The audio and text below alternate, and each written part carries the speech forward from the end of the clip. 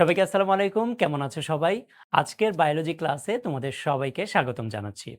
আজকে আমরা যে টপিকস নিয়ে আলোচনা করব, আজকে আমরা কোষ বিভাজন যে চ্যাপ্টারটা রয়েছে তোমাদের, এই কোষ বিভাজন চ্যাপ্টার থেকে বিগত বছরে বিভিন্ন অ্যাডমিশন টেস্টে কি কোশ্চেন এসেছে, সেই কোশ্চেনগুলো আমরা আজকে সলভ করব এবং বোঝার চেষ্টা করব যে এই কোষ বিভাজন চ্যাপ্টারের কোন টপিকসগুলো পরীক্ষার জন্য ইম্পর্টেন্ট এবং পরীক্ষায় কোন টপিকস থেকে ঘুরে ফিরে কোশ্চেনগুলো আছে, সেই জিনিসগুলো আমরা আজকে জানার চেষ্টা করব।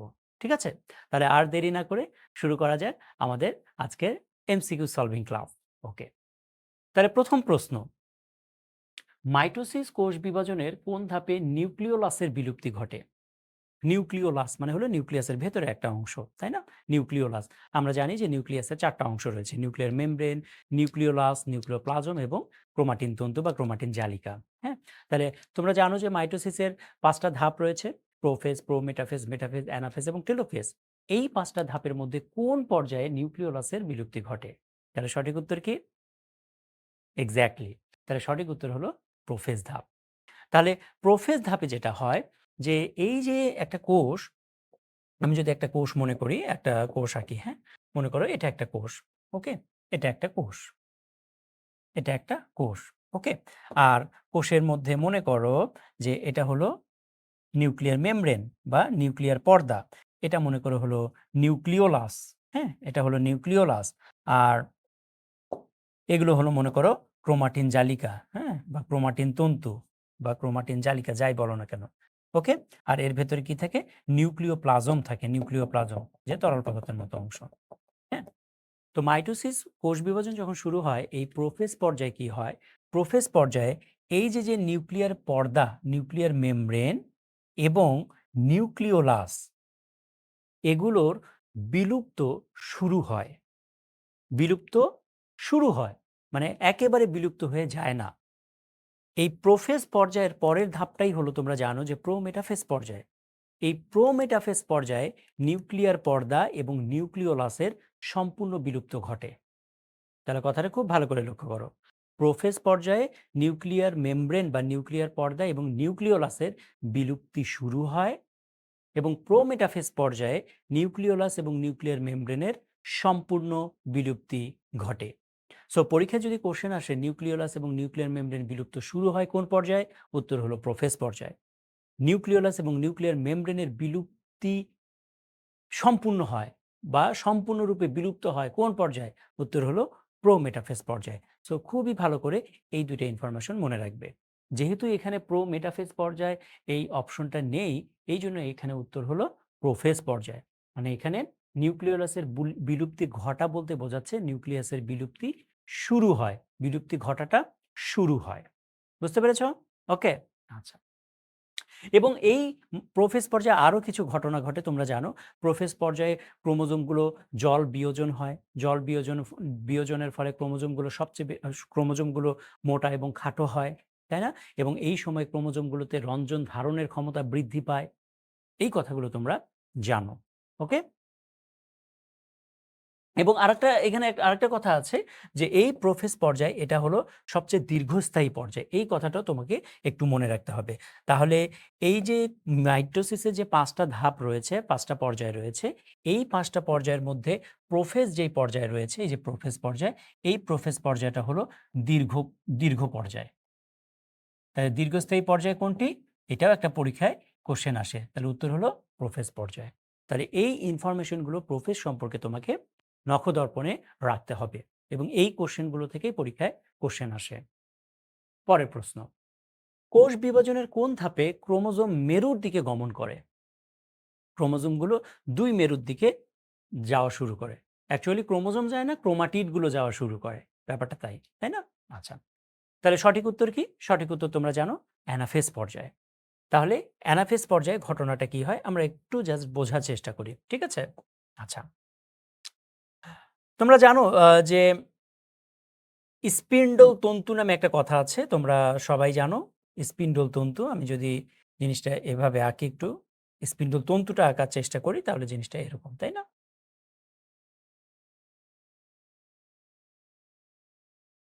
হুম। তাহলে এই জিনিসগুলোকে বলছি আমরা কি? স্পিন্ডল তন্তু, রাইট? এগুলো হলো স্পিন্ডল তন্তু, তাই না? এগুলো তো স্পিন্ডল তন্তু। এবং তোমরা জানো যে এই স্পিন্ডল তন্তুতে এভাবে করে কি থাকে? ক্রোমোজোম থাকে। স্পিন্ডল তন্তুর কিছু স্পিন্ডল তন্তু ক্রোমোজোমের সাথে লেগে থাকে, রাইট? এই যে কিছু স্পিন্ডল তন্তু ক্রোমোজোমের সাথে লেগে থাকে। ক্রোমোজোমের কোন জায়গায় লেগে থাকে? এই যে সেন্ট্রোমিয়ার থাকে ক্রোমোজোমের, যে সেন্ট্রোমিয়ার, এই যে মাঝখানে অংশটা সেন্ট্রোমিয়ার, এই সেন্ট্রোমিয়ারের কাইনেটিক অঞ্চলে মোটর প্রোটিনের সাথে লেগে থাকে। এটা তোমরা জানো। এবং যেসব স্পিন্ডল তন্তু এই ক্রোমোজোমের গায়ে লেগে থাকে সেই স্পিন্ডল তন্তুগুলোকে বলা হয় ট্রাকশন বা আকর্ষণ তন্তু। ট্রাকশন বা আকর্ষণ তন্তু, এটাও তোমরা জানো, আকর্ষণ তন্তু, তাই না? ট্রাকশন বা আকর্ষণ তন্তু। এই ট্রাকশন বা আকর্ষণ তন্তুগুলো কি করে? এরা এই তন্তু, যেমন এই তন্তু এদিক দিয়ে টানা শুরু করে এই ক্রোমোজোমকে, আর এই তন্তু এদিক দিয়ে টানা শুরু করে। যখন এই টানাটানি শুরু করে তখন এই যে ক্রোমোজোমটা থাকে এই ক্রোমোজোমটা ২ ভাগ হয়ে যায়। দ্যাট মিনস ক্রোমাটিডটা ২টা ভাগে ভাগ হয়ে যায়। সরি, যেই সেন্ট্রোমিয়ার থাকে এই সেন্ট্রোমিয়ারটা মাঝখান বরাবর ২ ভাগ হয়ে যায়। কেন ভাগ হয়ে যায়? কারণ এই সুতা তো এদিক দিয়ে টান দিচ্ছে, আর এই সুতা এই বরাবর টান দিচ্ছে। তাহলে এই বরাবর আর এই বরাবর ২ বরাবর টান খেয়ে এই মাঝখান বরাবর এটা ভাগ হয়ে যায়। তাহলে মাঝখান বরাবর যদি ভাগ হয়ে যায় তাহলে ব্যাপারটা কেমন দাঁড়াবে বলো তো? ব্যাপারটা এরকম দাঁড়াবে, একটা অংশ এদিকে যাবে এবং আরেকটা অংশ এদিকে যাবে, তাই নয় কি?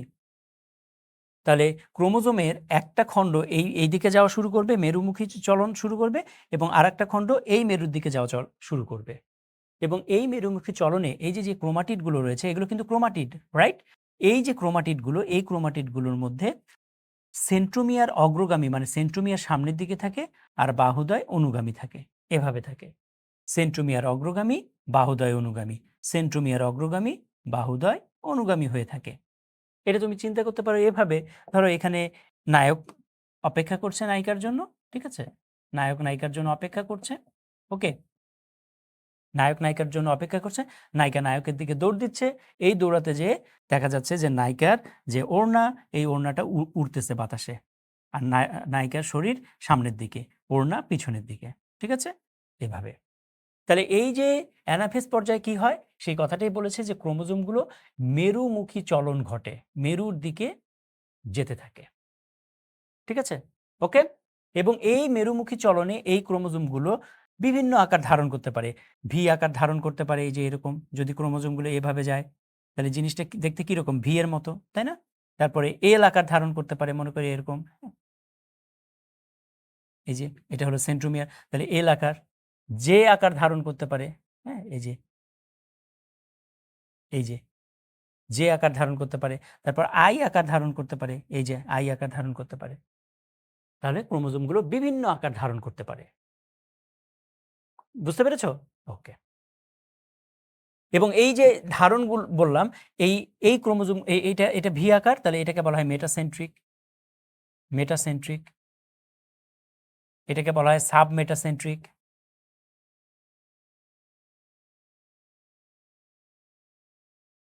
এটা হলো অ্যাক্রোসেন্ট্রিক।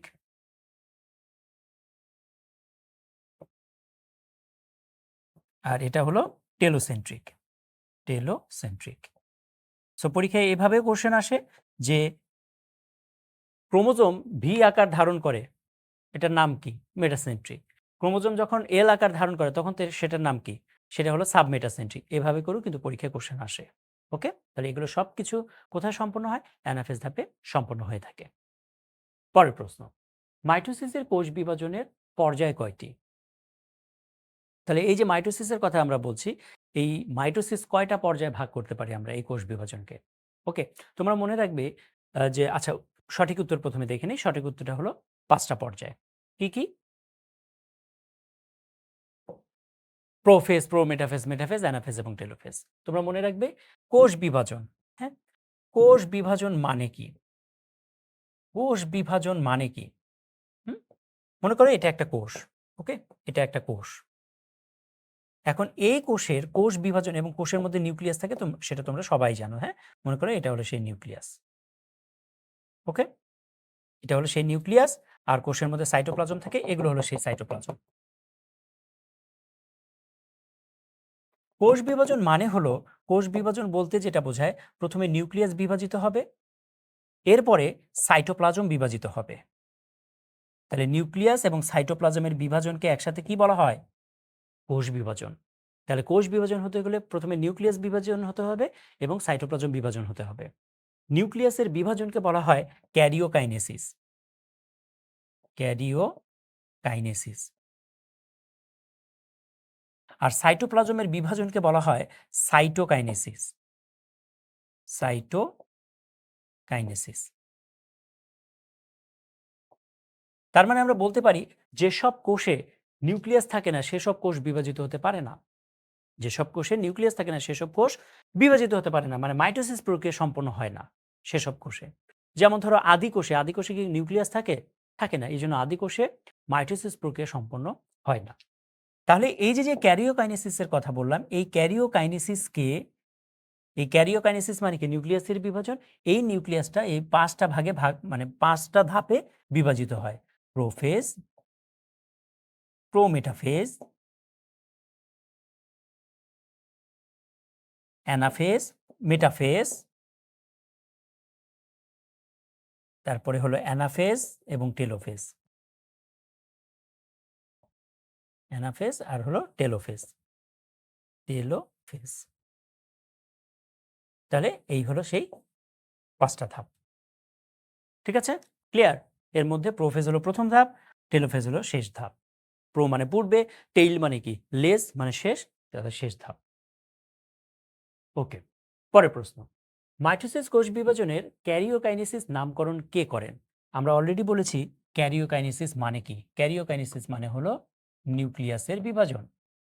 নিউক্লিয়াসের বিভাজন। তাহলে এই যে নিউক্লিয়াসের বিভাজনের নাম যে ক্যারিওকাইনেসিস, এই নামকরণটা কে করে? ঠিক আছে? তাহলে উত্তর কি হবে? উত্তর হলো শ্লাইখার। বিজ্ঞানী শ্লাইখার। তাহলে বিজ্ঞানী শ্লাইখার উনি এই যে শ্লাইখার যে বিজ্ঞানী, উনি মাইটোসিস কোষ বিভাজনের কে ক্যারিওকাইনেসিস নামকরণ করে। ঠিক আছে? এবং পরবর্তীতে ওয়াল্টার ফ্লেমিং উনি এই মাইটোসিসকে, এই পূর্ণ বিভাজনকে বলেন মাইটোসিস। মানে প্রথমে মাইটোসিস নামকরণ করা হয় না, প্রথমে এটার নামকরণ করা হয়েছিল ক্যারিওকাইনেসিস নামে। কে করে? বিজ্ঞানী শ্লাইকার। পরবর্তীতে ওয়াল্টার ফ্লেমিং, হ্যাঁ, মতে মাইটোসিস, এভাবে মনে রাখবে মাইটোসিস। পরবর্তীতে ওয়াল্টার ফ্লেমিং এই মাইটোসিস নামকরণটা করেন। ওকে? আচ্ছা, পরের প্রশ্ন। কোষ বিভাজন আবিষ্কার করেন কে? এই যে কোষ যে বিভাজিত হয়, এই জিনিসটা কে আবিষ্কার করে? তো দেখি, ফ্লেমিং। ওকে? আচ্ছা, তাহলে কোষ বিভাজন আবিষ্কার করেন হলো ওয়াল্টার ফ্লেমিং, এবং সামুদ্রিক স্যালমান্ডার কোষের সর্বপ্রথম কোষ বিভাজন উনি লক্ষ্য করেন। এটা একটা এমসিকিউ টাইপের কোশ্চেন। পরের প্রশ্ন। মাইটোসিস কোষ বিভাজনের সবচেয়ে দীর্ঘস্থায়ী পর্যায় কোনটি? দীর্ঘস্থায়ী পর্যায়, মাইন্ড ইট, দীর্ঘস্থায়ী পর্যায়। এটা কিন্তু আমরা অলরেডি এটা আলোচনা করেছি। মনে পড়ে? একটু আগে আমরা আলোচনা করেছিলাম যে সবচেয়ে দীর্ঘস্থায়ী পর্যায়। তাহলে উত্তর কি হবে? Very good. তাহলে উত্তর হলো প্রোফেজ। তাই না?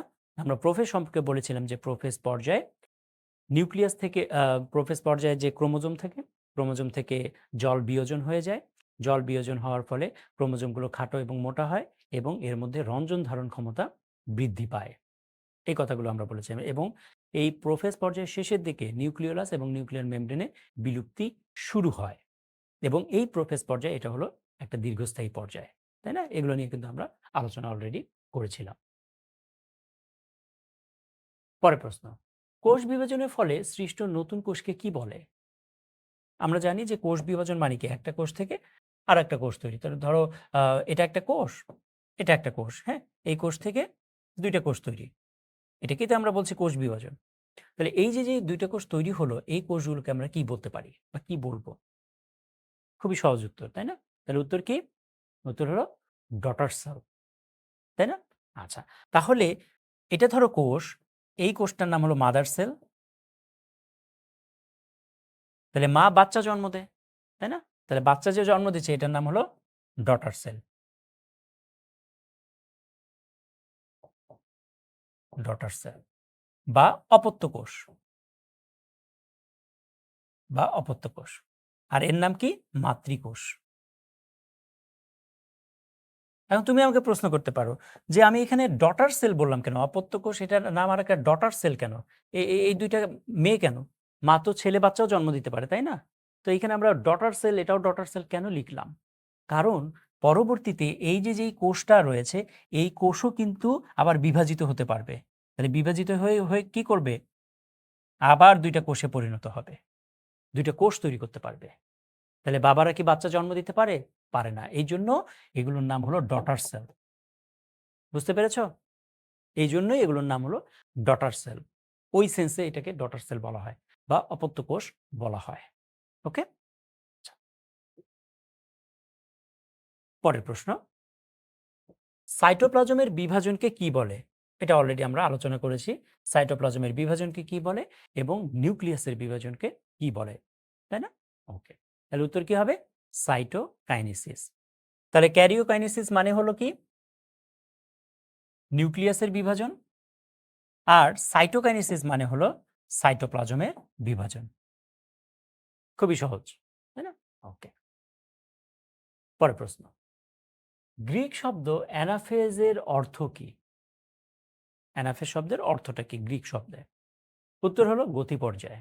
তাহলে অ্যানাফেজ পর্যায়ে আরেকটা নাম হলো গতি পর্যায়। কেন? কারণ এই ধাপে ওই যে আমরা ক্রোমাটিডের কথা বললাম, এই ক্রোমাটিডগুলো ২ মেরুর দিকে যাওয়া শুরু করে। তাহলে ২ মেরুর দিকে যে যাচ্ছে এটা একটা গতি না? এটা তো একটা গতি। তাহলে এইজন্য এটার আরেকটা নাম হলো গতি পর্যায়। পরের প্রশ্ন। মাইটোসিসের কোন পর্যায়ে ক্রোমোজোমগুলো লম্বালম্বি ২ ভাগে বিভক্ত হয়ে ক্রোমাটিড তৈরি করে? অনেক লম্বা টাইপের কথা, তাই? তাহলে উত্তর কি হবে?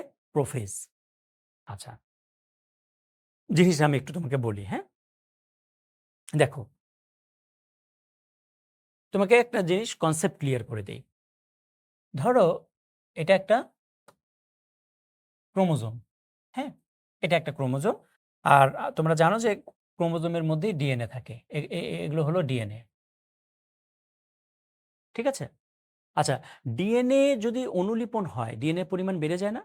ডিএনএ প্রতিলিপন হলে, ডিএনএ রেপ্লিকেশন হলে ডিএনএ পরিমাণ বাড়ে কি না? বেড়ে যায়। আচ্ছা, তাহলে ডিএনএর পরিমাণ যদি বেড়ে যায় তখন জিনিসটা দেখতে কেমন হয় জানো? এই জিনিসটা দেখতে এরকম হয়ে যায় এবং এর মধ্যেও ডিএনএ থাকে। তাহলে এখন বলো তো এখানে তুমি কয়টা ক্রোমোজোম দেখতে পাচ্ছ? তোমরা নরমালি যেটা বলবে আমি জানি, তোমরা বলবে এখানে ২ টা ক্রোমোজোম। বাট আমি বলব না, এখানে ২ টা ক্রোমোজোম না। এখানে একটাই ক্রোমোজোম। কি অবস্থায় রয়েছে? দ্বিগুণ অবস্থায় রয়েছে। এখানে একটাই ক্রোমোজোম। কি অবস্থায় রয়েছে? প্রতিলিপিত অবস্থায় রয়েছে। ওকে? তাহলে তুমি মনে রাখবে ক্রোমোজোম সংখ্যা সবসময় হিসাব করা হয় সেন্ট্রোমিয়ার দেখে। সেন্ট্রোমিয়ার কয়টা এখানে? একটা। তার মানে এখানে একটাই ক্রোমোজোম। যেমন আমি যদি এখন এভাবে একটা ক্রোমোজোম আঁকি, এটা একটা, এভাবে যদি একটা ক্রোমোজোম আঁকি, তাহলে বলো তো এখন এখানে কয়টি ক্রোমোজোম? এখানে কয়টি ক্রোমোজোম? ইয়েস। এখানে এখন তুমি বলবে ২ টি ক্রোমোজোম। ইয়েস। এটা ২ টি। তাহলে দেখো এটা একটি ক্রোমোজোম, এটা একটি ক্রোমোজোম। তাহলে এখানে ২ টি ক্রোমোজোম। বাট এখানে ২ টি ক্রোমোজোম না। এখানে একটি ক্রোমোজোম কি অবস্থায় রয়েছে? দ্বিগুণ অবস্থায় রয়েছে। এবং তোমরা জানো যে ক্রোমোজোমের প্রতি বাহুকে বলা হয় ক্রোমাটিড। প্রত্যেকটা খণ্ডকে যে ধরো এইভাবে, এভাবে করে যদি আমি দেখি, এই খণ্ডটা হলো এটা একটা ক্রোমাটিড এবং এই পাশে যে বাহু ২ টা রয়েছে এটা একটা ক্রোমাটিড। তাই না? আচ্ছা, তাহলে আমি যদি বলি এখানে কয়টি ক্রোমোজোম? তুমি উত্তর দিবে একটি ক্রোমোজোম। বাট আমি যদি বলি এখানে কয়টি ক্রোমাটিড? উত্তর কি? কয়টি ক্রোমাটিড? তাহলে এখানে একটি ক্রোমোজোম। আর ক্রোমাটিড কয়টি? ২ টি ক্রোমাটিড। ২ টি ক্রোমাটিড। তাই না? আচ্ছা। আর এখানে তুমি দেখো তো, এখানে কয়টি ক্রোমোজোম? এখানে একটিই ক্রোমোজোম। ক্রোমাটিড কয়টা? দেখো, এটা একটা ক্রোমাটিড এবং এটা একটা ক্রোমাটিড। সো আমি যদি এটা আঁকি শুধু, এখানে কয়টি ক্রোমোজোম? একটি ক্রোমোজোম। কয়টি ক্রোমাটিড? একটি ক্রোমাটিড। ব্যাপারটা বুঝছো? ধরো আমি একটা ক্রোমোজোম আঁকলাম। এই যে এখানে। এখানে কয়টি ক্রোমোজোম? উত্তর কি দিবে তুমি? এখানে কয়টি ক্রোমোজোম? একটি ক্রোমোজোম। কয়টি ক্রোমাটিড? একটি ক্রোমাটিড। এই কথাটা বুঝতে পেরেছো আশা করি, তাই না? আচ্ছা, তাহলে এই যে জিনিসটা দেখো নরমালি প্রোফেজ পর্যায়ের শুরুতে মানে প্রোফেজ পর্যায়ের আগে জিনিসটা এইভাবে ছিল, ক্রোমোজোমগুলো এরকম করেছিল, ক্রোমোজোমগুলো এই অবস্থায় ছিল, বুঝতে পেরেছো? কিন্তু যখন প্রোফেজ পর্যায় শুরু হয় তখন ক্রোমোজোমগুলো লম্বালম্বি ২ ভাগে বিভক্ত হয়ে ক্রোমাটিড তৈরি করে। এই যে ক্রোমোজোমগুলো লম্বালম্বি ২ ভাগে বিভক্ত হয়ে ক্রোমাটিড তৈরি করলো। তার মানে প্রোফেজ পর্যায়ের আগে ক্রোমোজোমটা এভাবে থাকে, যখন প্রোফেজ পর্যায় শুরু হয় তখন সেটা লম্বালম্বি ২ ভাগে বিভক্ত হয়ে ২টি ক্রোমাটিড তৈরি করলো। বুঝছো কথাটা? মানে প্রশ্নটা বুঝতে পেরেছো? তাহলে ২টি ক্রোমাটিড তৈরি হলো, এই যে এটা একটা ক্রোমাটিড, এটা একটি ক্রোমাটিড। বুঝতে পেরেছো তো? তাই না? তাহলে এই কোশ্চেনটা বোঝাটা কিন্তু ইম্পর্টেন্ট যে এখানে কি বলতে চেয়েছে। তাহলে দেখো ক্রোমাটিডে বিভক্ত হয়েছে, ক্রোমাটিড কিন্তু এখনো ভাগ হয়নি। কথা বোঝো? জাস্ট বিভক্ত হয়েছে, তাহলে বিভক্ত হয় প্রোফেজ পর্যায়ে। বাট আমি যদি এখন বলি তোমাকে, দেখো এই একই ছবি আমি তোমাকে এখানে দেখাই।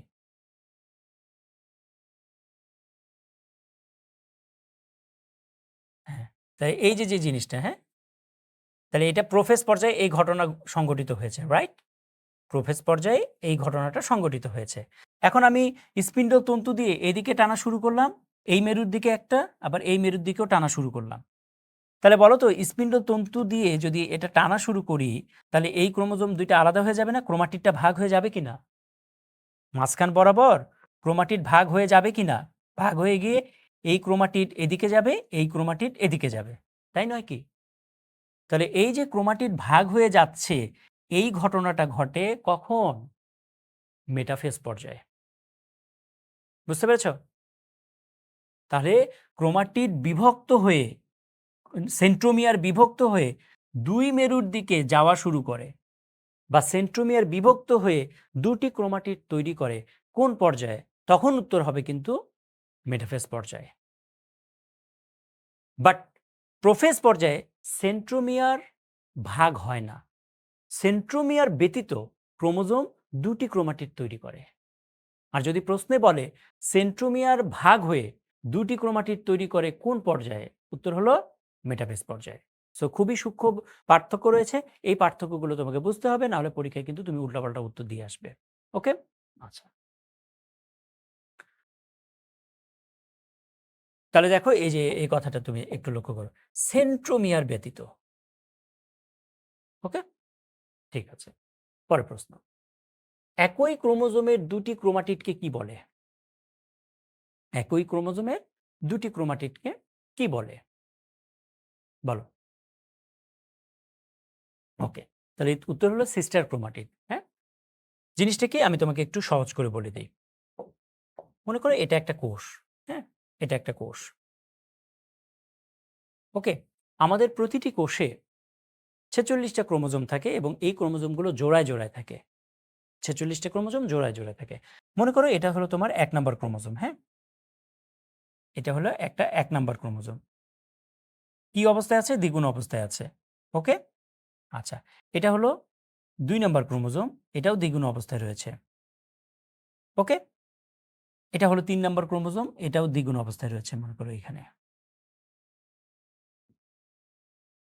ওকে? এখন এই ক্রোমোজোমের ১ নাম্বার ক্রোমোজোমের সাথে ১ নাম্বার আরেকটা ক্রোমোজোম আসে। এটা হলো মায়ের ক্রোমোজোম। তার মানে আমাদের কোষের মধ্যে প্রতিটি কোষে আমরা যে বলি ৪৬ টা ক্রোমোজোম থাকে, এর মধ্যে ২২ টা ক্রোমোজোম আসে বাবার কাছ থেকে, ২২ টা ক্রোমোজোম আমরা পেয়ে থাকি মায়ের কাছ থেকে। তাহলে মনে করো এটা হলো ১ নাম্বার ক্রোমোজোম, বাবার ১ নাম্বার ক্রোমোজোম যেটা বাবার কাছ থেকে পেয়েছি। এটা হলো মায়ের ১ নাম্বার ক্রোমোজোম যেটা মায়ের কাছ থেকে পেয়েছি। এটা হলো বাবার ১ নাম্বার ক্রোমোজোম, বাবার কাছ থেকে পাওয়া। এটা হলো মায়ের কাছ থেকে পাওয়া ২ নাম্বার ক্রোমোজোম। এটা হলো বাবার কাছ থেকে পাওয়া ৩ নাম্বার ক্রোমোজোম। এটা হলো মায়ের কাছ থেকে পাওয়া ৩ নাম্বার ক্রোমোজোম। কি অবস্থায় আছে? দ্বিগুণ অবস্থায় রয়েছে। এখানে কয়টি ক্রোমোজোম রয়েছে টোটাল বলো তো? এখানে ১, ২, ৩, ৪, ৫, ৬ টি ক্রোমোজোম রয়েছে। তাই না? অথবা ৩ জোড়া ক্রোমোজোম রয়েছে। কি অবস্থায় রয়েছে? দ্বিগুণ অবস্থায় রয়েছে ডিএনএ। এটা আমরা বলতে পারি। তাহলে দেখো আমি কি বলতে পারি না যে এটা একটা ক্রোমাটিড, আবার এটা একটা ক্রোমাটিড, আবার এটা একটা ক্রোমাটিড, এটা একটা ক্রোমাটিড। এই জিনিসটা আমরা বলতে পারি কিনা? পারি? আচ্ছা। যদি তাই হয় যদি তাই হয় তাহলে এই যে এই দুইটা ক্রোমাটিডকে যে এই ক্রোমাটিড আর এই ক্রোমাটিড, দ্যাট মিন্স এই ক্রোমাটিড এবং এই ক্রোমাটিড দুটোকে পরস্পর পরস্পর বলা হয় সিস্টার ক্রোমাটিড। একই রকম, মানে একই ক্রোমোজোমে অবস্থিত দুটি ক্রোমাটিডকে পরস্পর পরস্পরের সিস্টার ক্রোমাটিড বলে।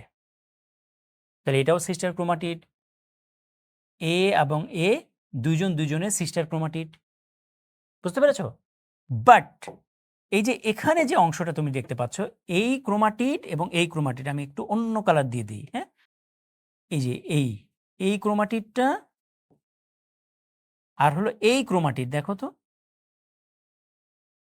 এই পাশাপাশি এই দুইটা ক্রোমাটিড, এগুলো কি সিস্টার, মানে একই ক্রোমোজোমে অবস্থিত রয়েছে এই ক্রোমাটিড দুটো? না, এটা হলো বাবার ক্রোমাটিড, এটা মায়ের ক্রোমাটিড। তাহলে পাশাপাশি অবস্থিত দুটি ভিন্ন ক্রোমোজোমের ক্রোমাটিডকে বলা হয় নন সিস্টার ক্রোমাটিড। তাহলে এটা হলো নন সিস্টার ক্রোমাটিড, নন সিস্টার ক্রোমাটিড। বুঝতে পেরেছ? তাহলে কি বলেছে? একই ক্রোমোজোমের দুটি ক্রোমাটিডকে কি বলে? একই ক্রোমোজোমের দুটি ক্রোমাটিডকে বলা হয় সিস্টার ক্রোমাটিড। আর যদি এখানে প্রশ্ন থাকতো ভিন্ন ক্রোমোজোমের দুটি ক্রোমাটিডকে কি বলে, তখন উত্তর হতো নন সিস্টার ক্রোমাটিড। আশা করি তোমরা বুঝতে পেরেছো, তাই না? ওকে, পরের প্রশ্ন। সর্বপ্রথম কে সমীকরণিক বিভাজনকে মাইটোসিস নাম দেন? উত্তর হলো ফ্লেমিং। তাহলে তোমরা জানো যে মাইটোসিসের আরেকটা নাম হলো ইকুয়েশনাল ডিভিশন বা সমীকরণিক বিভাজন। কেন সমীকরণিক বিভাজন বলা হয় মাইটোসিসকে? খুবই সহজ একটা কথা।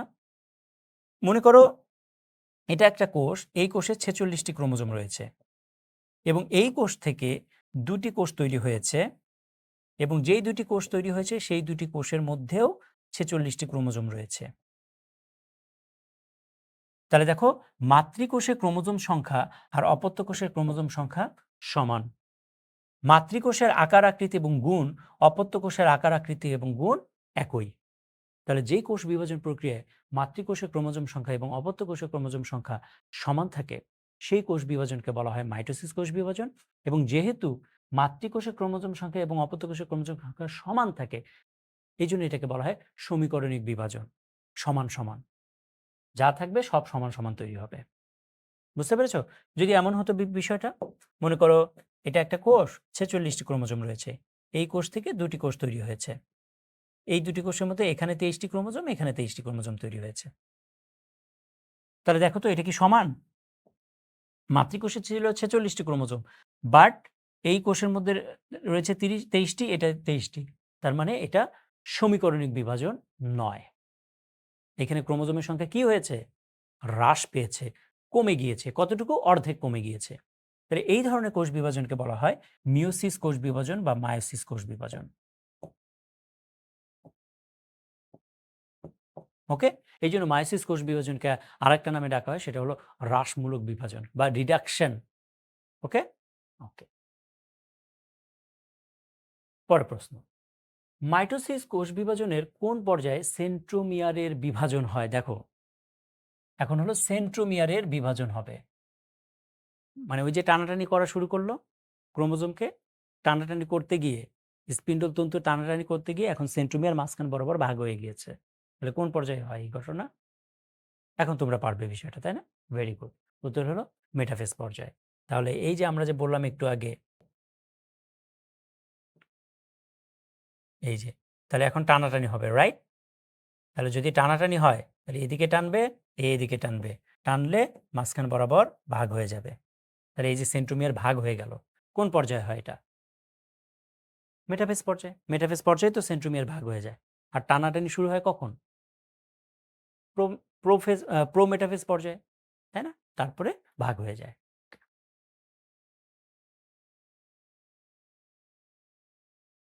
পরের প্রশ্ন। কোষ বিভাজনের কোন পর্যায়ে স্পিন্ডল যন্ত্রের সৃষ্টি হয়? স্পিন্ডল যন্ত্র, স্পিন্ডল তন্তুগুলো মিলে জিনিসটাকে বলা হয় স্পিন্ডল যন্ত্র। কোন পর্যায়ে হয়? খুব ভালো করে তোমরা জানো, সেটা উত্তর হলো প্রোমেটাফেজ পর্যায়ে। তাহলে জিনিসটা কিরকম? এই যে এটা হলো স্পিন্ডল, এগুলো হলো স্পিন্ডল তন্তু, হ্যাঁ?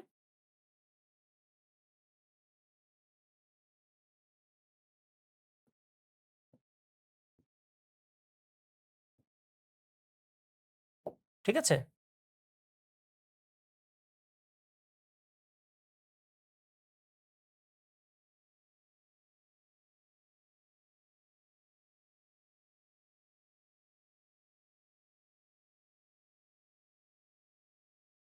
ওকে। তাহলে দেখো এই যে, এই যে মোটামুটি এটা, হ্যাঁ? তাহলে এই যে সুতার মধ্যে যেগুলো দেখতে পাচ্ছ এই সুতাগুলোকে বলছি আমরা স্পিন্ডল তন্তু। স্পিন্ডল তন্তু যদি ক্রোমোজোমে সেন্ট্রোমিয়ার লাগানো থাকে তখন সেই স্পিন্ডল তন্তুর নাম হলো ট্রাকশন বা আকর্ষণ তন্তু। এবং এই যে স্পিন্ডল তন্তুগুলো মিলে এই যে একটা জিনিস গঠন তৈরি হয়েছে, এই যে এই পুরো জিনিসটা, হ্যাঁ? এই পুরো জিনিসটা, এই পুরো জিনিসটাকে বলছি আমরা স্পিন্ডল যন্ত্র। ঠিক আছে? এবং তোমরা জানো স্পিন্ডল তন্তুগুলো কোথা থেকে শুরু হয়? স্পিন্ডল তন্তুগুলো তৈরি শুরু হয় হলো উদ্ভিদ কোষের ক্ষেত্রে মাইক্রোটিবিউল থেকে, আর প্রাণী কোষের ক্ষেত্রে স্পিন্ডল সেন্ট্রিওল থেকে, প্রাণী কোষের ক্ষেত্রে। ঠিক আছে? আচ্ছা। তাহলে এই পুরো জিনিসটাকে বলছি আমরা স্পিন্ডল যন্ত্র। এবং এর মধ্যে এই কোণাটা এবং এই কোণাটাকে বলা হয় ২ টা মেরু। আর মাঝামাঝি অংশে যা আছে, এই যে মাঝামাঝি অংশ, এই মাঝামাঝি অংশটাকে বলছি আমরা বিষুবীয় অঞ্চল। বিষুবীয় অঞ্চল বা ইকুয়েটর, হ্যাঁ? তাহলে বিষুবীয় অঞ্চল বা ইকুয়েটর, ইকুয়েটর। ঠিক আছে? এই জিনিসটা। পরের প্রশ্ন, কোনটি প্রকৃতকোষী জীবদেহ গঠনের কোষ বিভাজন? মানে জীবদেহ গঠন হয় কোন কোষ বিভাজনের মাধ্যমে? জীবদেহ গঠন হয়, সহজ কথা হলো এটা। ঠিক আছে? তাহলে উত্তর কি? মিওসিস।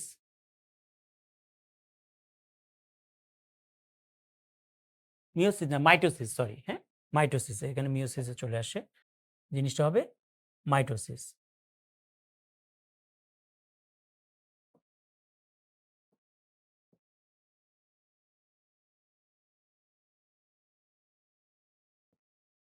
ওকে। ঠিক আছে? তাহলে মাইটোসিস। তাহলে এটা হলো মাইটোসিসের গুরুত্ব থেকে এই প্রশ্নটা করা হয়েছে, হ্যাঁ? মাইটোসিস কোষ বিভাজনের ফলে জীবদেহ গঠন হয় বা জীবদেহ তৈরি হয়। কিভাবে হয় দেখো আমরা বলি। যেমন আমরা জানি যে এই যে ধরো শুক্রাণু, হ্যাঁ? শুক্রাণু। শুক্রাণুতে থাকে ২৩ টা ক্রোমোজোম, হ্যাঁ? আচ্ছা। এটা মনে করো ডিম্বাণু। ডিম্বাণুতে থাকে ২৩ টা ক্রোমোজোম। শুক্রাণু এবং ডিম্বাণু যখন মিলিত হয়, তখন মিলিত হওয়ার প্রক্রিয়াকে বলা হয় নিষেক। এই নিষেক হওয়ার ফলে নতুন যে কোষ তৈরি হয়, সেই নতুন কোষটাকে বলা হয় জাইগোট। তাহলে শুক্রাণু ডিম্বাণু মিলিত হওয়ার পরে নতুন কোষের নাম কি? জাইগোট। ওকে? তাহলে বলো তো জাইগোটে ক্রোমোজোম সংখ্যা কয়টা থাকবে? ২৩ যোগ ২৩, তাই না? তাহলে উত্তর কত হবে? ৪৬। তাহলে জাইগোটে ৪৬ টি ক্রোমোজোম থাকে। এবং এই জাইগোটেই পরবর্তীতে এই জাইগোটের মধ্যেই কি হয়? কোষ বিভাজন হয় মাইটোসিস প্রক্রিয়ায়। এবং মাইটোসিস প্রক্রিয়ায় এই জাইগোটের মধ্যে কোষ বিভাজন হয়ে একটা প্রাণীদেহের আকার ধারণ করে। মানুষের মতো একটা আকার ধারণ করে। তাহলে এই যে জাইগোটের মধ্যে তাহলে বলা হয় যে ডিপ্লয়েড জীবে জাইগোটে মাইটোসিস প্রক্রিয়া সম্পন্ন হয়। ডিপ্লয়েড জীবে। ডিপ্লয়েড জীব মানে হলো যেসব জীবের ২ প্রস্থ ক্রোমোজোম থাকে। এক প্রস্থ হলো বাবার কাছ থেকে আসে, আরেক প্রস্থ মায়ের কাছ থেকে আসে। সেগুলোকে বলা হয় ডিপ্লয়েড জীব। তাহলে ডিপ্লয়েড জীবের জাইগোটে মাইটোসিস প্রক্রিয়া হয়। বুঝতে পেরেছ? আর হ্যাপ্লয়েড জীবের জাইগোটে মিওসিস প্রক্রিয়া সম্পন্ন হয়। ওকে? তাহলে মাইটোসিস কোথায় ঘটে এবং মিওসিস কোথায় ঘটে সেই ইনফরমেশনটা আমরা এখান থেকে জানতে পারলাম। পরের প্রশ্ন। নিউক্লিয়াস ও নিউক্লিয়ার মেমব্রেন তৈরি হয় কোন পর্যায়ে? ব্যাপারটা বোঝো। নিউক্লিয়াস এবং নিউক্লিয়ার মেমব্রেন তৈরি হয় কোন পর্যায়ে? মানে বিলুপ্ত হয় না, তৈরি হয়। তার মানে উল্টা। আচ্ছা, তাহলে কোন পর্যায়ে? টেলোফেজ পর্যায়ে। তোমরা মনে রাখবে টেলোফেজ পর্যায়ের ঘটনাগুলো জাস্ট প্রোফেজ পর্যায়ের উল্টা। প্রোফেজের উল্টো। তাহলে তুমি যদি প্রোফেজ পর্যায়টা মনে রাখতে পারো, তাহলে টেলোফেজ পর্যায়ে এমনিতেই পারবে। যেমন প্রোফেজ পর্যায়ে কি হয়েছিল? নিউক্লিয়াস এবং নিউক্লিয়ার মেমব্রেন বিলুপ্ত হয়েছিল। টেলোফেজ পর্যায়ে হবে নিউক্লিয়াস এবং নিউক্লিয়ার মেমব্রেন তৈরি হবে। জাস্ট উল্টা। প্রোফেজ পর্যায়ে জল বিয়োজন হয়েছিল, টেলোফেজ পর্যায়ে হবে জল যোজন। প্রোফেজ পর্যায়ে ক্রোমোজোম থেকে জল যোজন হয়ে বা জল বিয়োজন হয়ে ক্রোমোজোমগুলো খাটো এবং মোটা হয়েছিল। আর টেলোফেজ পর্যায়ে কি হবে? জল যোজন হবে, যোজন হয়ে ক্রোমোজোমগুলো লম্বা এবং চিকন হবে। ঠিক আছে? জাস্ট উল্টা। তারপরে কোশ্চেন, মাইটোসিস কোষ বিভাজনের সবচেয়ে স্বল্পস্থায়ী পর্যায় কোনটি? হুম, অল্প সময় ধরে থাকে। এর উত্তর কি? প্রোমেটাফেজ। তাহলে প্রোমেটাফেজ পর্যায় এটা হলো খুবই স্বল্পস্থায়ী একটা পর্যায়। হুম? এবং এই প্রোমেটাফেজ তোমরা অ্যাকচুয়ালি দেখে থাকবে যে প্রোফেজ যে পর্যায়টা রয়েছে, হ্যাঁ? এই প্রোফেজ পর্যায়কে ২ টা ভাগে ভাগ করা যায়। একটা হলো মানে অগ্র, আরেকটা হলো পরবর্তী। এই যে পরবর্তী যেটা, এই পরবর্তীটাই হলো প্রোমেটাফেজ। মানে প্রোফেজ এবং প্রোমেটাফেজ আলাদা কিছু না। ওই প্রোফেজের শেষ অংশটা বা শেষ ধাপটাকে আমরা বলছি প্রোমেটাফেজ পর্যায়। ঠিক আছে? পরের প্রশ্ন, উদ্ভিদ জননাঙ্গের গঠন এবং বৃদ্ধি কোন প্রক্রিয়ায় হয়? জননাঙ্গের গঠন এবং বৃদ্ধি। মানে বৃদ্ধি মানে কি? কোষের সংখ্যা বাড়বে। ঠিক আছে? তাহলে এটা কোন প্রক্রিয়ায় হয়? তাহলে উত্তর মাইটোসিস, মনে রাখবে। তাহলে যে কোনো কিছুর বৃদ্ধি, ক্ষয়পূরণ, পুনরুৎপাদন, গঠন, হুম? এই জিনিসগুলোর কার গুরুত্ব? মাইটোসিসের গুরুত্ব। তাহলে মাইটোসিসের ফলে উদ্ভিদের জননাঙ্গের গঠন হয় এবং বৃদ্ধি হয়। এটা কি শুধু উদ্ভিদের ক্ষেত্রে প্রযোজ্য কথাটা? তা কিন্তু না। প্রাণীদেহেরও জননাঙ্গ এবং বৃদ্ধি কোন প্রক্রিয়ায় হয়? মাইটোসিস প্রক্রিয়ায় হয়। একটা বাচ্চা যখন জন্মগ্রহণ করে, তারপর ধীরে, ধীরে বাচ্চাটা বড় হয় না? তুমি যখন জন্মগ্রহণ করেছিলে ছোট বাবুর মতো। তারপরে ধীরে, ধীরে কি হয়েছে? তুমি বড় হয়েছ। তাহলে কিভাবে বড় হয়েছ? এই যে তোমার শরীরের প্রতিটি কোষ বিভাজিত হয়ে তোমাকে লম্বা করেছে, তোমাকে মোটা করেছে। ওকে? তাহলে এটা কোন কোষ বিভাজন প্রক্রিয়া হয়? এটা হলো মাইটোসিস কোষ বিভাজন প্রক্রিয়ায় এটা হয়ে থাকে। কোষ বিভাজনের কোন পর্যায়ে ক্রোমোজোমগুলো বিষুবীয় অঞ্চলে এসে অবস্থান করে? এবং এই বিষুবীয় অঞ্চলে অবস্থান করাটাকে বলা হয় মেটাকাইনেসিস। মেটাকাইনেসিস। তাহলে আমি এটাকে বলতে পারি এভাবে যে মেটাকাইনেসিস কোন পর্যায়ে সংঘটিত হয়? তার উত্তর কি হবে? উত্তর দেওয়াই আছে, মেটাফেজ। মেটাকাইনেসিস, মেটাফেজ নামের সাথে মিল আছে। তাহলে কি হয় ঘটনাটা? ঘটনাটা যেটা হয় খুবই সহজ।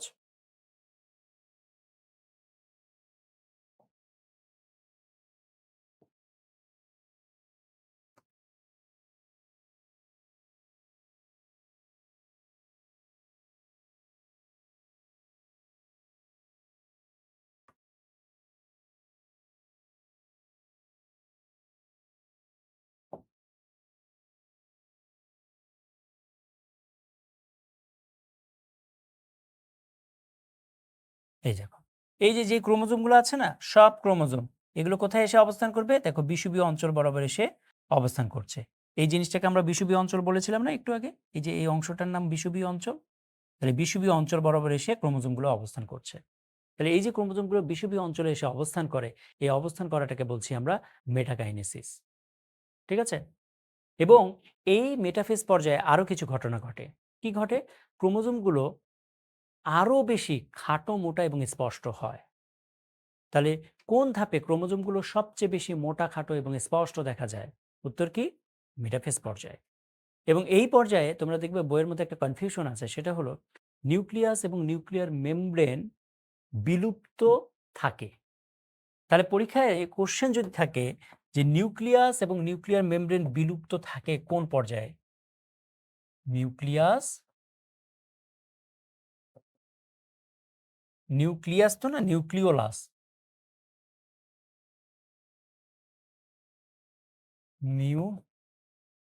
নিউক্লিওলাস ও নিউক্লিয়ার মেমব্রেন। নিউক্লিয়ার মেমব্রেন বিলুপ্ত থাকে। আমি ২ টা সেন্টেন্স লিখছি, তুমি ২ টা সেন্টেন্স একটু লক্ষ্য করো।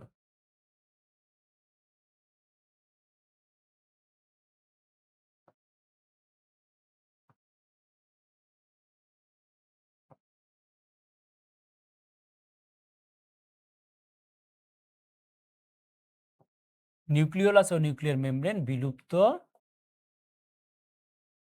হয়। ২ টা সেন্টেন্সের মধ্যে একটা পার্থক্য আছে। থাকে আর হয়ের মধ্যে পার্থক্য আছে।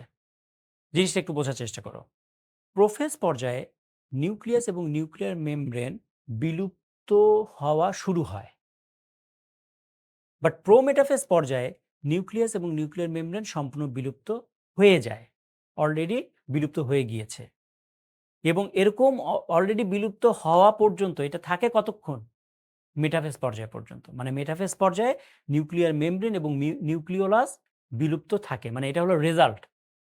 নিউক্লিওলাস এবং নিউক্লিয়ার মেমব্রেন বিলুপ্ত অলরেডি হয়ে গিয়েছে কোন পর্যায়ে?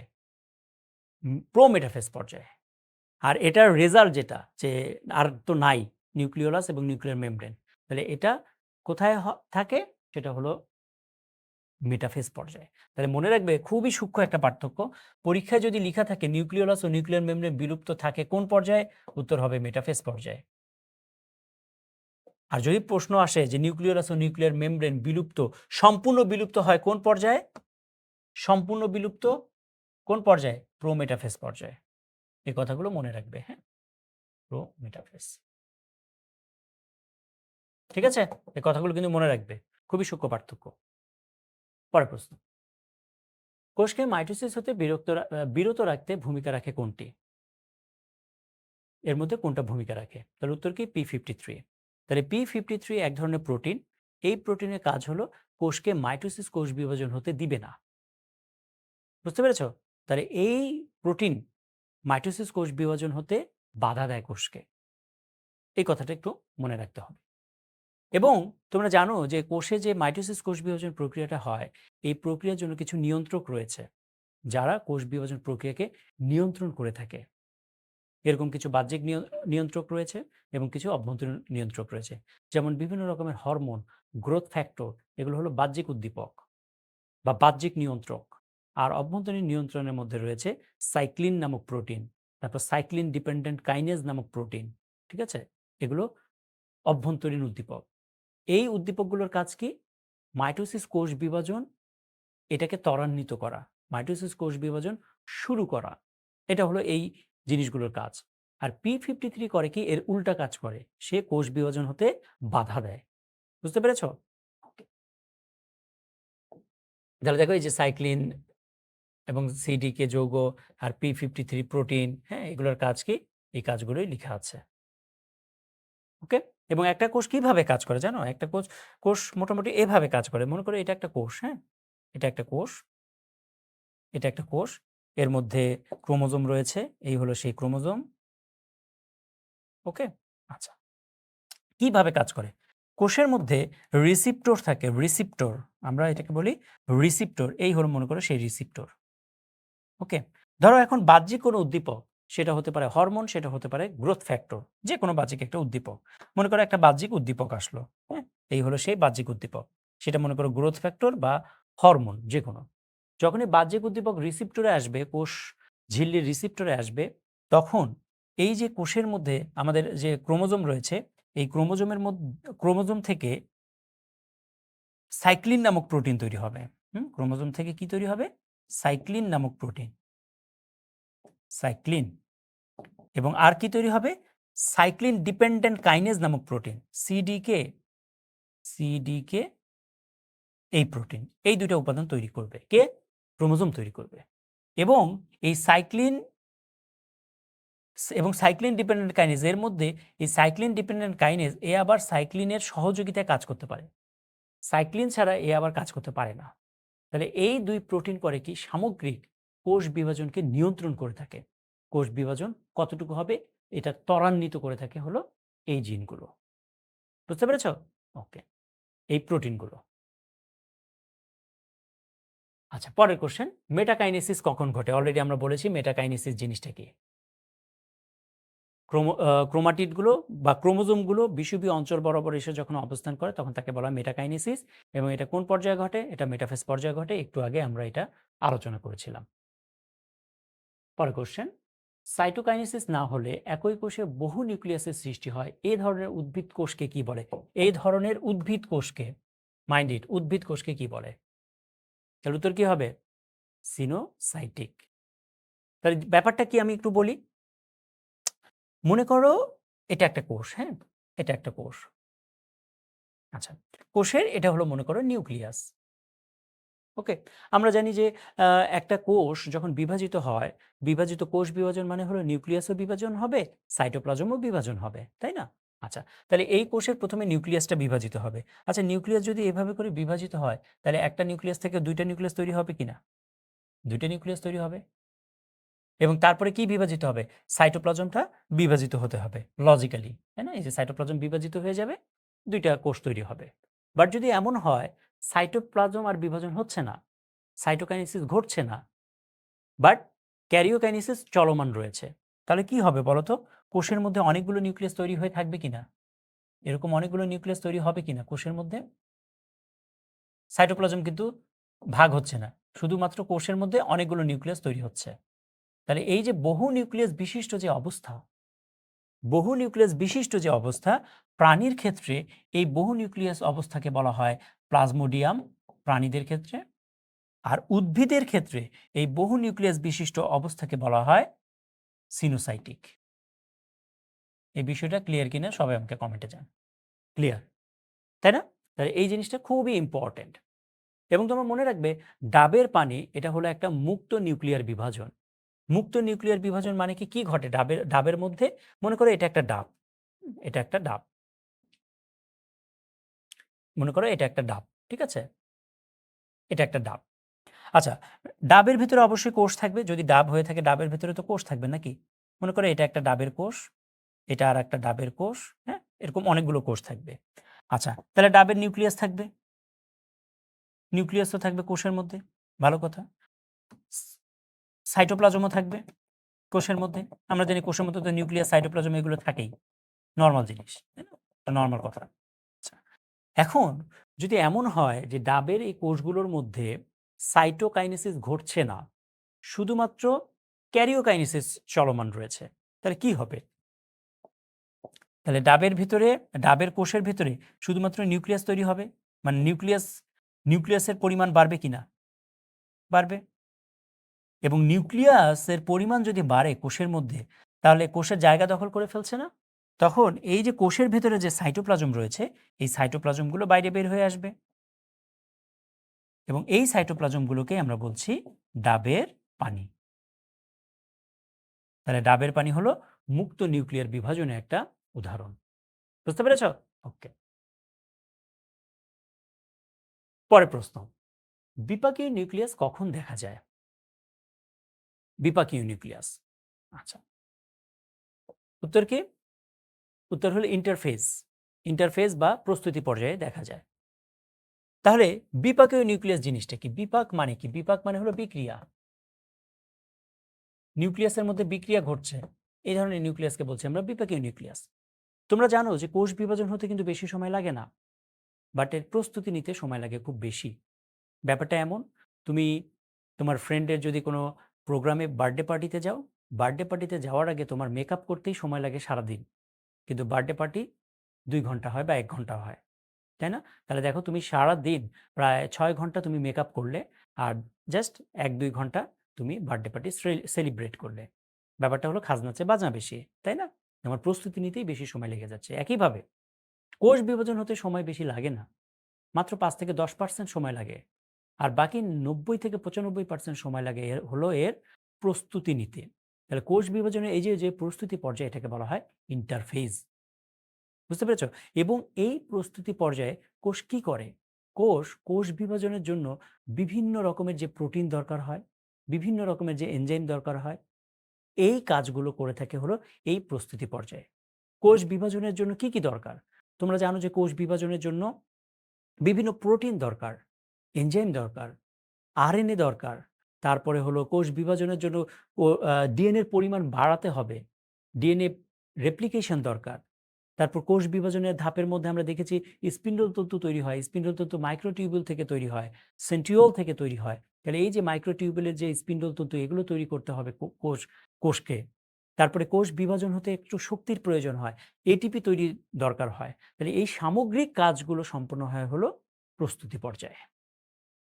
ওকে? তাহলে এই কাজগুলো সম্পূর্ণ হওয়ার পরেই জাস্ট ৫-১০% সময়ের মধ্যে কোষ বিভাজনটা শেষ হয়ে যায়।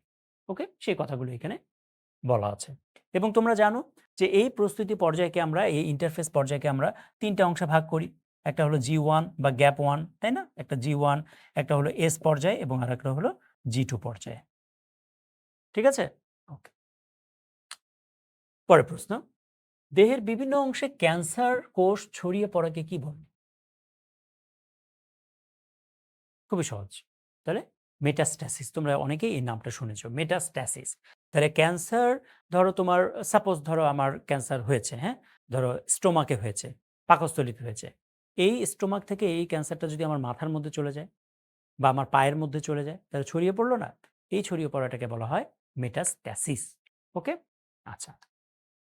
আর অঙ্কোজেনেসিস মানে কি? জেনেসিস মানে তৈরি হওয়া। আর অঙ্ক মানে হলো ক্যান্সার বা টিউমার। তাহলে টিউমার হওয়াটাকে বলা হয় অঙ্কোজেনেসিস বা টিউমার সৃষ্টি। তাহলে টিউমার তৈরি করাকে বলছি আমরা অঙ্কোজেনেসিস। মাইটোসিসের কোন দশায় ক্রোমোজোম কনডেনসেশন শুরু হয়? কনডেনসেশন মানে কি? কনডেন্স মিল্ক বলে না, ঘন দুধ। তাহলে কনডেনসেশন মানে হলো ঘন হয়ে যাওয়া। তাহলে মাইটোসিসের কোন পর্যায়ে ক্রোমোজোমগুলো অনেক বেশি ঘন হয়ে যায়? আমরা একটু আগে বলেছিলাম যে ক্রোমোজোমগুলো সবচেয়ে বেশি মোটা, খাটো এবং স্পষ্ট দেখা যায়। তাহলে সবচেয়ে বেশি মোটা খাটো মানে কি? আরো অনেক বেশি ঘন, তাই না? কোন পর্যায়ে? ইয়াস, তাহলে উত্তর হলো মেটাফেজ পর্যায়ে। এবং এই যে ক্রোমোজোমগুলো যে নিজের মধ্যে পেঁচিয়ে পেঁচিয়ে যাচ্ছে, ক্রোমোজোমগুলো যে এই যে নিচের মধ্যে এইভাবে করে পেঁচিয়ে পেঁচিয়ে যাচ্ছে, তাহলে এটা কি কয়েলের মতো হয়েছে না? এই, এটাকে বলা হয় সুপার কয়েলিং। Super coiling. তাহলে সুপার কয়েলিংও কোথায় ঘটে? মেটাফেজ পর্যায়েতেই সম্পূর্ণ হয়। ঠিক আছে? ক্যারিওকাইনেসিসের অংশ ৯ কোনটি? মানে ক্যারিওকাইনেসিস মানে নিউক্লিয়াসের বিভাজন, এই নিউক্লিয়াস বিভাজনের অংশ ৯ কোনটি? আমরা বলেছিলাম কোষ বিভাজনের যে ধাপগুলো, মাইটোসিসের যে ধাপগুলো, এই prophase, prometaphase, metaphase, anaphase, telophase, এগুলো মূলত কার বা ধাপ ছিল? ক্যারিওকাইনেসিসের ধাপ ছিল। তাহলে এগুলো বাদ দিয়ে যেটা উত্তর সেটাই। তাহলে ইন্টারফেস, তাই না? এটা খুবই সহজ একটা প্রশ্ন। কোষ বিভাজনের কোন পর্যায়ে ক্রোমোজোম VLJI আকৃতি ধারণ করে? একটু আগে আমরা এটা সলভ করেছি, তাই না? মেটাসেন্ট্রিক, সাবমেটাসেন্ট্রিক, অ্যাক্টোসেন্ট্রিক, টেলোসেন্ট্রিক নামকরণও করা হয়। তাহলে উত্তর কি হবে?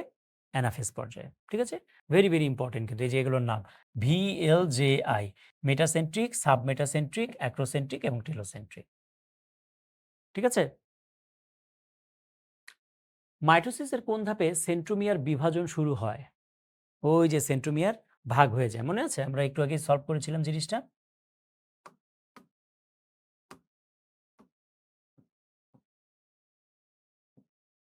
এই যে সেন্ট্রোমিয়ার এখন ভাগ হবে। সেন্ট্রোমিয়ার এখন ভাগ হবে। তাহলে এই সেন্ট্রোমিয়ারটা ভাগ হওয়া শুরু হয় কোন পর্যায়ে? ইয়েস, উত্তর হলো মেটাফেজ পর্যায়ে। তাই না? আমরা একটু আগে বলেছিলাম। ওকে। কোনটি প্রোগ্রাম সেল ডেথ? কোষ মারা যাওয়ার ২ টা পদ্ধতি রয়েছে। একটা হলো কোষ খাবারের অভাবে অথবা কোনো বিষাক্ত পদার্থের সংস্পর্শে এসে মারা যেতে পারে, অথবা কোষ নিজে নিজেও মরে যেতে পারে। মানে ব্যাপারটা এমন যে আমি ২ ভাবে মরতে পারি। আমাকে তুমি যদি খাবার না দাও, খাবারের অভাবে আমি মারা যেতে পারি, অথবা আমাকে তুমি যদি বিষাক্ত খাবার দাও বা বিষ দাও খেতে, তাহলে আমি বিষ খেয়েও মারা যেতে পারি, তুমি যদি আমাকে দাও। আর আরেকটা হলো আমি সুইসাইড করেও মারা যেতে পারি। তাই না? তাহলে কোষ এভাবে করে ২ ভাবে মরতে পারে। একটা হলো সুইসাইড করে মারা যেতে পারে। সুইসাইড করে যদি কোষ মারা যায় তখন তাকে বলা হয় প্রোগ্রাম সেল ডেথ। হুম? এটা আরেকটা নাম আছে। আরেকটা নাম হলো অ্যাপোপ্টোসিস। আর কোষ যদি খাবার-দাবারের অভাবে মারা যায় তখন সেটাকে বলা হয় নেক্রোসিস। নেক্রোসিস। পুষ্টির অভাবে অথবা বিষাক্ত কোনো পদার্থের সংস্পর্শে আসলে কোষ যদি মারা যায় তখন সেটাকে বলছি আমরা নেক্রোসিস। তাহলে এই ২ উপায়ে কোষ মারা যায়। ওকে? কোষচক্রের সংশ্লেষ দশায় ব্যয়িত সময়। আমরা একটু আগে বলেছিলাম কোষ চক্রে বা ইন্টারফেস পর্যায়ে ৩ টা দশা রয়েছে। G1, S এবং G2। S কথাটা এসছে সিনথেসিস, এই জায়গা থেকে। S কথাটা আসছে সিনথেসিস থেকে, SYNTHESIS। সিনথেসিস মানে হলো তৈরি। তৈরির আরেকটা বাংলা হলো সংশ্লেষ। তার মানে S পর্যায়ে কতটুকু সময় ব্যয় হয় সেটাই জানতে চেয়েছে। তাই না? আচ্ছা। তাহলে উত্তর কি? এটা তুমি এভাবে মনে রাখতে পারো, G1, তাই তো? G1, S, G2। কিভাবে মনে রাখবে দেখো। 34, 35, 36, হ্যাঁ 36। এখন সবগুলোর সাথে তুমি 0 বসায় দাও, 0। আর 36 যদি হয় তাহলে এখানে কি কয়টা আছে? 3টা আছে না? তাহলে 36 কে ভাগ করো 3 দিয়ে। তাহলে 3 দিয়ে ভাগ করলে কত হয়? 36 কে 12 হয়। তাহলে এখানে তুমি তখন 12 লিখো। এই যে 12। তাহলে 12 যদি হয় তাহলে কি? এই যে এই হলো G1 পর্যায়ে 30 থেকে 40% সময় ব্যয় হয়, S পর্যায়ে 30 থেকে 50% সময় ব্যয় হয়, আর G2 পর্যায়ে 10 থেকে 20% সময় ব্যয় হয়। এভাবে করে মনে রাখতে পারো। ঠিক আছে? পরের কোশ্চেন, ক্রোমোজোম নৃত্য কোন কোষ বিভাজনে কোন দশায় দেখা যায়? ক্রোমোজোম নৃত্য মানে ক্রোমোজোম নাচানাচি করে, দেখতে মনে হয় এরকম। হ্যাঁ, এটা কোন পর্যায়ে দেখা যায়? উত্তর হলো প্রোমেটাফেজ পর্যায়ে। কি হয় প্রোমেটাফেজ পর্যায়ে? আমরা বলেছিলাম যে স্পিন্ডল তন্তু, আবার সেই স্পিন্ডল তন্তু।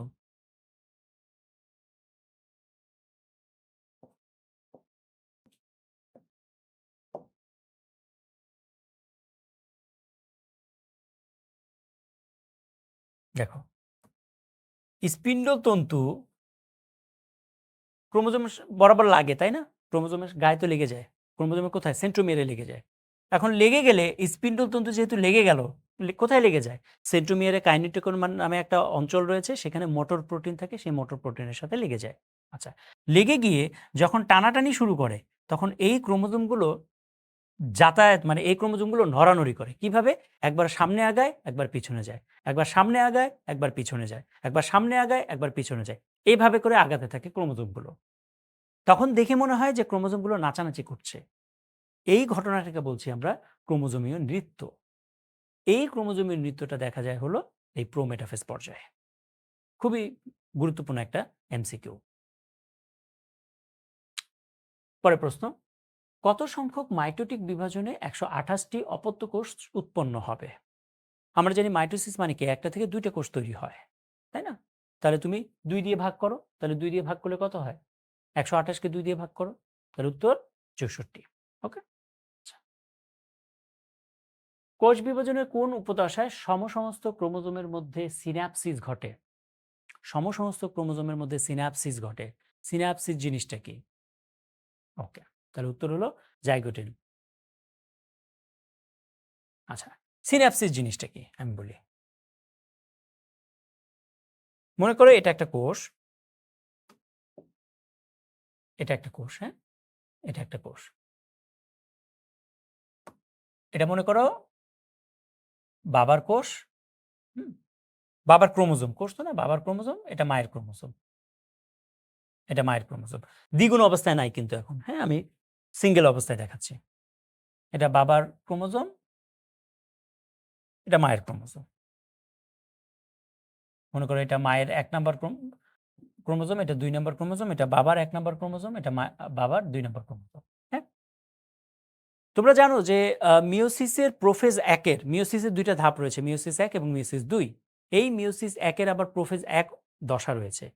তাহলে এই প্রোফেজ 1 দশার মধ্যে আবার কতগুলো ঘটনা ঘটে? কি, কি? ল্যাপ্টোটিন, জাইগোটিন, প্যাকাইটিন, ডিপ্লোটিন এবং ডায়াকাইনেসিস, এই 5টা ধাপ ঘটে। এর মধ্যে জাইগোটিন নামে একটা পর্যায় রয়েছে। এই পর্যায়ে যেটা হয় সেটা হলো যে এই যে ক্রোমোজোমগুলো, এই সমসমস্ত ক্রোমোজোমগুলো কাছাকাছি আসে। যেমন সমসমস্ত ক্রোমোজোম মানে কি? বাবার 1 নাম্বার ক্রোমোজোমের সাথে মায়ের 1 নাম্বার ক্রোমোজোম পাশাপাশি আসবে। বাবার 2 নাম্বার ক্রোমোজোমের সাথে মায়ের 2 নাম্বার ক্রোমোজোম পাশাপাশি আসবে। তাহলে এই ক্রোমোজোমটা এখন কোথায় যাবে? এই 1 নাম্বার ক্রোমোজোম এখন এর পাশে চলে যাবে। আর 2 নাম্বার ক্রোমোজোম এখন কি হবে? এর পাশে চলে যাবে। বুঝতে পেরেছো? তাহলে এই ক্রোমোজোমটা আর এখানে থাকবে না। এই ক্রোমোজোমও এখানে থাকবে না। এরা কোথায় চলে যাবে? এটা এখন এই যে পাশে চলে গেল। বুঝতে পেরেছো? তাহলে 1, এটা 2। তাহলে এই যে কাছাকাছি চলে আসলো, এই চলে আসাটাকে বলা হয়, এই কাছে আসার গল্পটাকেই বলছি আমরা সিন্যাপসিস। আর সমসমস্ত ক্রোমোজোম মানে কি?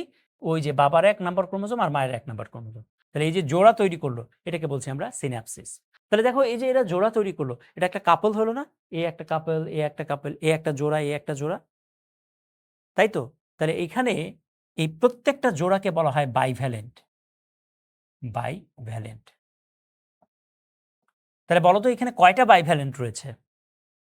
এখানে ২টি বাইভ্যালেন্ট রয়েছে। এটা একটা বাইভ্যালেন্ট, এই ২টা মিলে একটা বাইভ্যালেন্ট, এই ২টা মিলে আরেকটা বাইভ্যালেন্ট। তাহলে আমরা বলতে পারি যে কোষের মধ্যে যতগুলো ক্রোমোজোম থাকবে, এখানে টোটাল ক্রোমোজোম কয়টি? ১, ২, ৩, ৪। তাহলে কোষের মধ্যে যতগুলো ক্রোমোজোম থাকবে তার অর্ধেক বাইভ্যালেন্ট গঠন হয়। সো এটাও একটা পরীক্ষার এমসিকিউ যে বাইভ্যালেন্ট কোন পর্যায়ে দেখা যায়? উত্তর হলো জাইগোটিন পর্যায়ে দেখা যায়। জাইগোটিন পর্যায়ে আর কি দেখা যায়? সিন্যাপসিস, এই জিনিসটা দেখা যায়। এই কথাটা বুঝতে পেরেছো কিনা? বুঝতে পেরেছো? ওকে। পরের প্রশ্ন। প্রোফেজ একের কোন পর্যায়ে কায়াজমা সৃষ্টি হয়? ওই যে যেই পর্যায়ের কথা বললাম, ল্যাপ্টোটিন, জাইগোটিন, প্যাকাইটিন, ডিপ্লোটিন, ডায়াকাইনেসিস। এর মধ্যে কোন পর্যায়টার মধ্যে কায়াজমা সৃষ্টি হয়? উত্তর হলো প্যাকাইটিন। এখন জিনিসটা হলো কায়াজমা জিনিসটা কি? আচ্ছা। তাহলে তোমরা আবার সেই একটা কোষ আঁকি। এই মনে করো সেই একটা কোষ। তাহলে ল্যাপ্টোটিন এবং জাইগোটিন মনে রাখবে এই ২টা পর্যায়ে ক্রোমোজোমগুলো সিঙ্গেল অবস্থায় থাকে, দ্বিগুণ অবস্থায় থাকে না। প্যাকাইটিন অবস্থায় ক্রোমোজোমটা দ্বিগুণ হয়ে যায়। তাহলে জাইগোটিন অবস্থায় কি ছিল? সিঙ্গেল অবস্থায় ছিল, আমরা একটু আগে দেখলাম। বাট প্যাকাইটিন অবস্থায় কি হবে? দ্বিগুণ হয়ে যাবে। তাহলে আমি এখন দ্বিগুণ আঁকবো, দেখো এই যে দ্বিগুণ। বুঝতে পেরেছো? তাহলে এটা বাবার ১ নাম্বার ক্রোমোজোম, এটা মায়ের ১ নাম্বার ক্রোমোজোম। এটা বাবার ২ নাম্বার ক্রোমোজোম, এটা মায়ের ২ নাম্বার ক্রোমোজোম। বুঝতে পেরেছো? আচ্ছা, এখন জিনিসটা হলো সিন্যাপসিস কি? খুব ভালো করে লক্ষ্য করো। এই যে এরা যে কাছাকাছি আসলো, যখন কাছাকাছি আসে তখন এই যে ২ টা নন সিস্টার ক্রোমাটিড আছে না? এই যে মায়ের এই ক্রোমাটিড আর বাবার এই ক্রোমাটিড, এই ২ টা তো পরস্পর নন সিস্টার ক্রোমাটিড, রাইট? তাহলে এই ২ টা ক্রোমাটিড এরা এভাবে করে লেগে যায়। এই যে দেখো, এভাবে করে এরা লেগে যায়। এরকম হয়ে যায় জিনিসটা, এই যে। বুঝতে পেরেছো জিনিসটা? তাহলে ২ টা নন সিস্টার ক্রোমাটিড এরকম এক্স আকার গঠন করে। এক্স এর মতো দেখতে হয়। তাহলে এই যে এক্স আকার গঠন করলো, এই জিনিসটাকে বলা হয় কায়াজমা। কায়াজমা। বুঝছো? এই যে এক্স আকার করলো না, এই জিনিসটাই হলো কায়াজমা। এবং পরে হয় কি, এই খণ্ডটা ভেঙে যায়। ভেঙে গিয়ে এর কিছু খণ্ড এর কাছে চলে আসে, আবার বাবার কিছু খণ্ড ক্রোমোজোমের মায়ের এই কাছে চলে আসে। তাহলে অংশের বিনিময় হলো। তাহলে ২টি নন সিস্টার ক্রোমাটিডের মধ্যে ক্রোমোজোমের অংশের বিনিময় হলো। এই অংশের বিনিময় হওয়াটাকে বলা হয় ক্রসিং ওভার। Crossing over. তাহলে আমি যদি প্রশ্ন করি ক্রসিং ওভার কোন পর্যায়ে দেখা যায়, কায়াজমা কোন পর্যায়ে দেখা যায়? উত্তর কি? প্যাকাইটিন পর্যায়ে দেখা যায়। আমি যদি বলি সিস্টার ক্রোমাটিড কোন পর্যায়ে দেখা যায়, নন সিস্টার ক্রোমাটিড কোন পর্যায়ে দেখা যায়? উত্তর হলো প্যাকাইটিন পর্যায়ে। এবং তোমরা খুব ভালো করে লক্ষ্য করো। দেখো তো এখানে কয়টা ক্রোমাটিড টোটাল? কয়টি ক্রোমাটিড? ৪টি, তাই না? ৪টি ক্রোমাটিড। তাহলে এই অবস্থাটাকে বলা হয় টেট্রাড। সো পরীক্ষায় এটাও কোশ্চেন আসে, টেট্রাড কোন অবস্থায় পাওয়া যায়? উত্তর কি? প্যাকেটিন পর্যায়ে। Very important. প্যাকেটিন পর্যায়ে কি কি ঘটনা ঘটে, এই জিনিসগুলো পরীক্ষার জন্য ভেরি ইম্পর্টেন্ট। ওকে। পরের প্রশ্ন। বাইভ্যালেন্স সৃষ্টি হয় মিওসিসের কোন উপপর্যায়ে? অলরেডি আমরা কিন্তু আলোচনা করেছি একটু আগেই। বাইভ্যালেন্স জিনিসটা, এই যে বাইভ্যালেন্স হয় মিওসিসের কোন পর্যায়ে? সো এটা এখন তোমরা উত্তর দিতে পারবে জাইগোটিন পর্যায়ে, তাই না? ওকে। মিওসিসের কোন পর্যায়ে ক্রসিং ওভার ঘটে? অলরেডি আলোচনা করেছি, তাই না? তাহলে উত্তর কি হবে? প্যাকাইটিন পর্যায়ে ক্রসিং ওভার ঘটে। দুটি নন সিস্টার ক্রোমাটিডের মধ্যে অংশের বিনিময়কে কি বলে? অলরেডি আলোচনা করেছি, ক্রসিং ওভার বলে। ওকে, ভেরি ইম্পর্টেন্ট কথা এগুলো কিন্তু। কোষ বিভাজনের কোন পর্যায়ে কায়াজমা সৃষ্টি হয়? ওই যে এক্স অক্ষরের মতো কায়াজমা সৃষ্টি হয় কোন পর্যায়ে? আমি অলরেডি বলেছি যে এই পর্যায়টা খুবই গুরুত্বপূর্ণ। উত্তর হলো প্যাকাইটিন পর্যায়ে।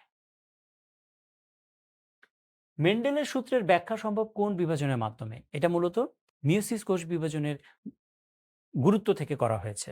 তাহলে মিওসিস কোষ বিভাজনের যে গুরুত্বগুলো রয়েছে সেখানে দেখবে মেন্ডেলের সূত্র নামে একটা কথা আছে। এছাড়া মিওসিস কোষ বিভাজনের আরো কিছু গুরুত্ব রয়েছে, যেমন মিওসিস কোষ বিভাজনের মাধ্যমে কি হয়? জনন কোষ সৃষ্টি হয়। জনন কোষ সৃষ্টি হয়। জনন কোষ সৃষ্টি। জনন কোষ কাকে বলে তোমরা জানো? জনন কোষ জিনিসটা কি? জনন কোষ মানে হলো শুক্রাণু এবং ডিম্বাণু। ওকে? শুক্রাণু এবং ডিম্বাণু। শুক্রাণু এবং ডিম্বাণুকে কি বলে? জনন কোষ বলা হয়। ওকে? তাহলে শুক্রাণু এবং ডিম্বাণু কোন প্রক্রিয়া তৈরি হয়? মিয়োসিস কোষ বিভাজন প্রক্রিয়ায় তৈরি হয়। এছাড়া মিয়োসিস কোষ বিভাজনের মাধ্যমে ক্রোমোজোম সংখ্যা ধ্রুব থাকে। সো মাইটোসিসের একটা গুরুত্ব হলো ক্রোমোজোম সংখ্যা সমতা রাখা, সমান রাখা। আর মিয়োসিস কোষ বিভাজনের গুরুত্ব হলো ক্রোমোজোম সংখ্যা ধ্রুব রাখা, মানে স্ট্যাটিক রাখা, ক্রোমোজোম সংখ্যা যেন না বাড়তে পারে। বুঝতে পেরেছ? মিয়োসিস কোষ বিভাজনে নিউক্লিয়াস কতবার বিভক্ত হয়? ভেরি গুড, ২ বার। তোমরা জানো যে মিয়োসিস কোষ বিভাজনে নিউক্লিয়াস ২ বার এবং ক্রোমোজোম ১ বার বিভাজিত হয়। কিভাবে বিভাজিত হয়? এটা আমরা আমাদের যখন ক্লাস শুরু করব, সেই ক্লাসের মধ্যে আমরা এগুলো নিয়ে ডিটেইলস আলোচনা করব। ঠিক আছে? কিভাবে হয়। এবং মাইটোসিস প্রক্রিয়ায় ক্রোমোজোম এবং নিউক্লিয়াস দুইটাই একবার করে বিভাজিত হয়। এই কথাটা মনে রাখবে। কোষ বিভাজনের কোন পর্যায়ে টেট্রাড পাওয়া যায়? টেট্রাড একটু আগে আলোচনা করেছি টেট্রাড সম্পর্কে। টেট্রাড ওই যে ৪টা ক্রোমাটিড, এটাকে বলা হয় টেট্রাড। তাহলে এটাও প্যাকেটিন পর্যায়েই পাওয়া যায়, তাই না? অলরেডি কিন্তু আমরা আলোচনা করেছি। তো এই হলো আজকের টপিকসের আমরা যে প্রিভিয়াস ইয়ারের কোশ্চেনগুলো সলভ করলাম, এগুলো হলো সেই প্রিভিয়াস ইয়ারের কোশ্চেন সলভের বিষয়গুলো। সো আমরা এখান থেকে যে জিনিসগুলো বুঝতে পারলাম যে এই টপিকসের মধ্যে, এই চ্যাপ্টারের মধ্যে মাইটোসিসের যে prophase, prometaphase, metaphase, anaphase, telophase কোথায় কি ঘটে এটা ইম্পর্টেন্ট। মাইটোসিসের গুরুত্ব এবং মিয়োসিসের গুরুত্ব ইম্পর্টেন্ট, এবং ল্যাপটোটিন, জাইগোটিন, প্যাকেটিন, ডিপ্লোটিন এবং ডায়াকাইনেসিস এখানে কোথায় কি ঘটে এগুলো ইম্পর্টেন্ট। এটা আমরা প্রিভিয়াস ইয়ারের কোশ্চেন সলভ করে কিন্তু আমরা বুঝতে পেরেছি। সো আর ক্লাসের মধ্যে আরও আমরা ডিটেলস আলোচনা করব। আমরা আমাদের যখন কোর্স শুরু করে দিব, ক্লাসের মধ্যে আমরা আরও ডিটেলস আলোচনা করব, আরও সুন্দরভাবে বোঝানোর চেষ্টা করব, আরও ডিটেলস যেন তুমি না ভুলো সেভাবে করে পড়ানোর চেষ্টা করব। তাহলে সবার জন্য অনেক অনেক শুভকামনা থাকলো। সবাই ভালো থাকবে, সুস্থ থাকবে। আল্লাহ হাফেজ সবাইকে।